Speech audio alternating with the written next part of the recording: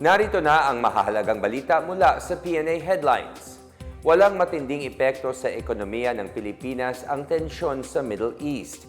Ito ang pananaw ni Pangulong Ferdinand R. Marcos Jr. kasabay ng pagtitiyak na handang tumugon ang pamahalaan sa posibleng epekto ng tensyon sa rehiyon. Sa isang panayam, sinabi ng Pangulo na binabantayan ng gobyerno ang price gouging o pagtataas ng presyo. Sinabi ni Marcos na napansin niyang tumataas ang presyo ng ilang bilihin. Ito'y kahit bumaba na ang presyo ng krudo sa $69 mula sa $79 matapos ang ceasefire sa pagitan ng Iran at Israel.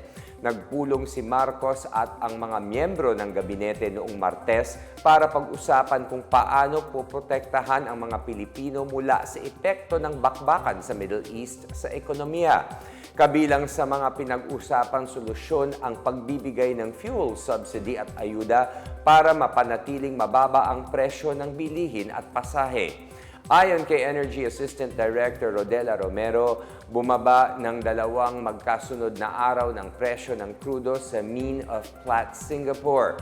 Posible aniyang magkaroon ng rollback depende sa resulta ng trading sa mga susunod na araw.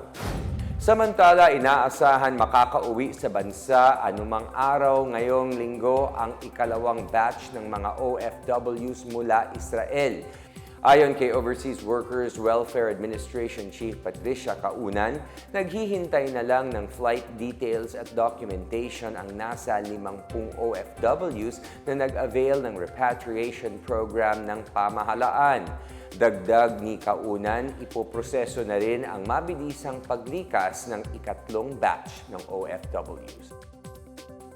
Epektibo na ang ceasefire ng Iran at Israel mahigit 24 oras matapos itong i-anunsyo ni US President Donald Trump noong Martes. Idineklara ni Iranian President Masoud Pezeshkian na matapos na ang tinaguriang 12-day war na resulta umano ng agresibong kilos ng Israel. Ipinagmalaki niya ang katapangan at katatagan ng mga Iranian sa gitna ng nangyaring bakbakan. Nanawagan siya sa mga ahensya ng gobyerno na pagtuunan ng pansin ang pagbangon mula sa epekto ng bakbakan.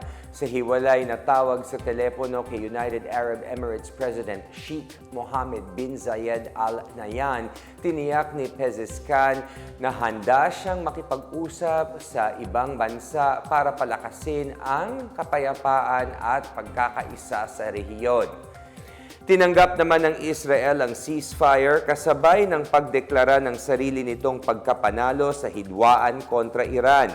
Ayon kay Prime Minister Benjamin Netanyahu, nagawa na ng Israel ang pakay nitong pinsalain ang kakayahanan ng Iran na gumawa ng nuclear missile. Nagpapasalamat si Netanyahu kay Trump at sa Estados Unidos sa pagtulong nila laban sa anyay bantang nuklear ng Iran. Iginiit rin niyang hindi papalampasin ang anuman paglabag sa ceasefire. Matatandaang sinalakay ng Israel ang Iran noon June 13 para pigilan ang umano'y paglikha nito ng mga nuclear weapon. Gumanti ang Iran sa pamamagitan ng magkakasunod na missile at drone attack sa Israel. Nitong Sabado, inatake ng US Air Force ang tatlong nuclear site ng Iran. Nagpaulan naman ng missile ang puwersa ng Iran sa US Al Udeid Air Base sa Qatar bilang ganti. Inanunsyo ng Department of Economy, Planning and Development or DepDev ngayong araw na 7 sa panukalang batas ng Administrasyong Marcos ang naipasa bago matapos ang 19th Congress nitong buwan. Sa isang pahayag, sinabi ng DepDev na ang mga naipasang batas ay dagdag sa 40 iba pang naaprubahan sa ilalim ng Common Legislative Agenda na tinukoy ng Legislative Executive Development Advisory Council or LEDA. Ito na ang pinakamataas na bilang ng priority measures na naipasa mula noong 10th Congress sa panahon ni late President Fidel V. Ramos. Pinasalamatan ni Economy, Planning and Development Secretary Arsenio Balisacan ang Senado at ang Kongreso sa dedikasyon ng mga ito sa pagbibigay ng magandang kinabukasan sa mga Pilipino. Kilala noong bilang National Economic and Development Authority or NEDA, ang DepDev simula noong 1992 ang nagsisilbing katulong ng LEDAC sa paggawa ng mga hakbang at programa para sa kapakanan ng ekonomiya ng bansa.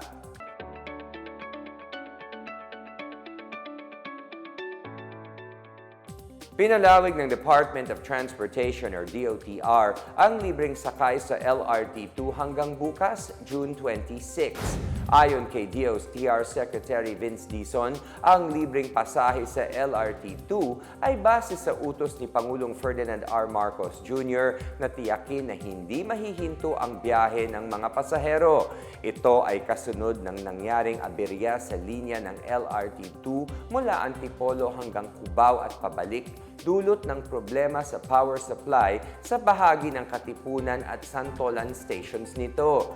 Nakadeploy na rin ang mga bus ng Metropolitan Manila Development Authority at Philippine Coast Guard para sa mga commuter na naapektuhan ng limitadong operasyon ng LRT2 ngayong araw. Ang mga bus ay hangdang magsakay ng libre sa mga pasahero mula Antipolo Station hanggang Araneta Center Cubao Station at pabalik.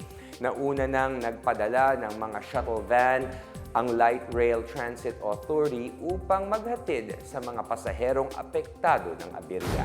Samantala, itinakda ng Bureau of Internal Revenue or BIR sa July 1 ang bagong deadline para sa registration sa mga non-residential service providers. Tugon ito ng BIR sa unavailability ng Value-Added Tax or VAT sa Digital Services Portal or VDS at sa Online Registration and Update System or ORUS dahil sa mga nangyaring system migration. Matatandaang epektibo na noong June 1 ang implementasyon ng 12% VAT sa mga foreign digital service providers kasama na ang mga streaming platforms. Sa isang memorandum, sinabi ng BIR na ang extension ay hindi dahilan upang takasan ng mga non-residential service providers ang kanilang tax obligations. Dagdag pa ng BIR, kailangan i-update ang mga digital service providers na nakaregister sa website na ang kanilang status bilang non-residential digital service provider. Nagpaalala rin ito sa mga kumpanya na nagmamonitor sa kanilang mga anunsyo tungkol sa registration requirements kapag naging accessible na ang kanilang VDS portal at ORUS. Inaasahang makakakuha ang BIR ng 10.8 billion pesos sa inisyatibo ito sa huling bahagi ng taon. At yan ang pinakabago at pinakamahalagang balita sa mga oras na ito, hatid sa inyo ng PNA Headlines. Para sa iba pang mga balita at impormasyon, bisitahin lamang ang aming website pna.gov.ph o ang aming Facebook at X account na Philippine News Agency. Mapapanood din ang PNA Headlines sa pamamagitan ng link sa website ng News and Information Bureau sa ilalim ng PNA News at sa YouTube account ng Philippine News Agency. Ako po si William Theo, ito ang PNA Headlines, naghahatid ng mga balitang nagbubuklod sa bagong Pilipinas.